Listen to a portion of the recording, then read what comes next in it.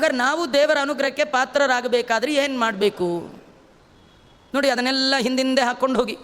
ದೇವರ ದಯ ಆಗಬೇಕಾ? ಅವನಲ್ಲಿದ್ದ ಗುಣ ನೀವು ಜೀವನದಲ್ಲಿ ಅಳವಡಿಸ್ಕೊಳ್ಳಿ. ದೇವರ ದಯಕ್ಕೆ ಕಾರಣ ಆಗುವಂಥದ್ದು ಯಾವುದು ಅಂದರೆ ಕೋಪವರ್ಜಿತ. ಇವನು ಕೋಪ ಬರ್ತಿರ್ಲಿಲ್ಲ. ನಮಗೆ ದೇವ್ರ ದಯ ಯಾಕಾಗಿಲ್ಲ ಹೇಳಿ? ಕೋಪ ಬಿಟ್ಟಿಲ್ಲ. ಬಿಡಿ, ದೇವ್ರ ದಯ ಆಗುತ್ತೆ.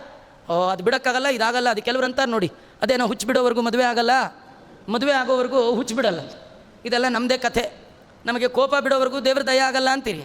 ದೇವ್ರ ದಯ ಆಗೋವರೆಗೂ ಕೋಪ ನಮಗೆ ಬಿಡೋಕ್ಕಾಗಲ್ಲ. ಹಾಗಾದ್ರೆ ಯಾವಾಗ ಆಗಬೇಕು ನೋಡಿ? ಕೋಪ ಬಿಡಬೇಕಾದ್ರೆ ಏನು ಮಾಡಬೇಕು ಗೊತ್ತಾ? ಸರ್ವಶಾಸ್ತ್ರೇಶು ಕೋವಿದ. ಯಾರಿಗೆ ಶಾಸ್ತ್ರದ ಆಳವಾದ ಅರಿವಿದೆ ಅವರಿಗೆ ಕೋಪ ಬರಲ್ಲ. ನಮಗೆ ಕೋಪ ಯಾಕೆ ಬರುತ್ತೆ ಅಂದರೆ ಸರಿಯಾದ ಜ್ಞಾನ ಇಲ್ಲ. ಸುಮ್ಮನೆ ನಿಮಗೆ ಉದಾಹರಣೆ ಹೇಳ್ತೇನೆ. ನಮಗೆ ಕೋಪ ಯಾಕೆ ಬರುತ್ತೆ ಹೇಳಿ? ನಮ್ಮನ್ನು ಯಾರಾದರೂ ಅಂದರೆ ಕೋಪ ಬರುತ್ತೆ ಅಲ್ವಾ? ನಿಮ್ಮನ್ನು ಯಾರು ಅಂದಾಗ ನೀವು ಹೀಗೆ ಯೋಚನೆ ಮಾಡಿದ್ರೆ ಕೋಪ ಬರಲ್ಲ. ಶಾಸ್ತ್ರದ ಆಳವಾದ ಅರಿವು ಯಾರಿಗಿದೆ ಅವ್ರು ಯಾರ ಕೈಲಾರು ಬಯಸ್ಕೊಂಡ್ರೆ ಅವ್ರು ಏನು ಯೋಚನೆ ಮಾಡ್ತಾರೆ ಗೊತ್ತಾ? ಅನ್ಲಿಕ್ಕೆ ನೀ ಯಾರಪ್ಪ, ನಿನ್ನೊಳಗೆ ಕೂತು ಒಬ್ಬ ಅಂತ ಇದ್ದಾನೆ, ಅನ್ಲಿ ಬಿಡು, ನನ್ನ ಪ್ರಾರಬ್ಧ ಕರ್ಮ ಅನ್ನಿಸ್ಕೊಳ್ಳೋದಿದೆ. ಅನ್ಲಿಕ್ಕೆ ನೀ ಯಾರು, ಅನ್ನಿಸ್ಕೊಳ್ಳಿಕ್ಕೆ ನಾನು ಯಾರು? ಅಂದವನು ಅವನೇ, ಅನ್ನಿಸ್ಕೊಳ್ಳೋನು ಅವನೇ. ನಂದೇನದೋ ಸ್ವಾಮಿ, ನಿಂದೇ ಇದೆಲ್ಲ. ನೀ ಅಂದರೂ ಯಾರಿಗಂತ್ಯ? ನಂಗಲ್ಲ, ನನ್ನ ಮೇಲಿರುವ ಈ ದೇಹಕ್ಕೆ ಅಂತ್ಯ ಅಂದ್ರೆ ಅನ್ಕೋ.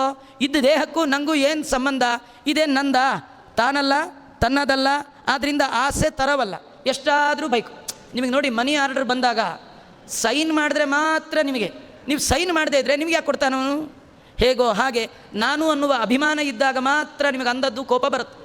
ಯಾರಿಗೆ ಅವನಂತಾನೆ ನಾನು ಅನ್ನಿಸ್ಕೊಳ್ತೀನಿ ಅಂಥೇಳಿ ಒಳಗಿರುವ ಭಗವಂತನ ಮರೆವು ಬರುತ್ತೆ, ಅವನಿಗೆ ಮಾತ್ರ ಸಿಟ್ಟು.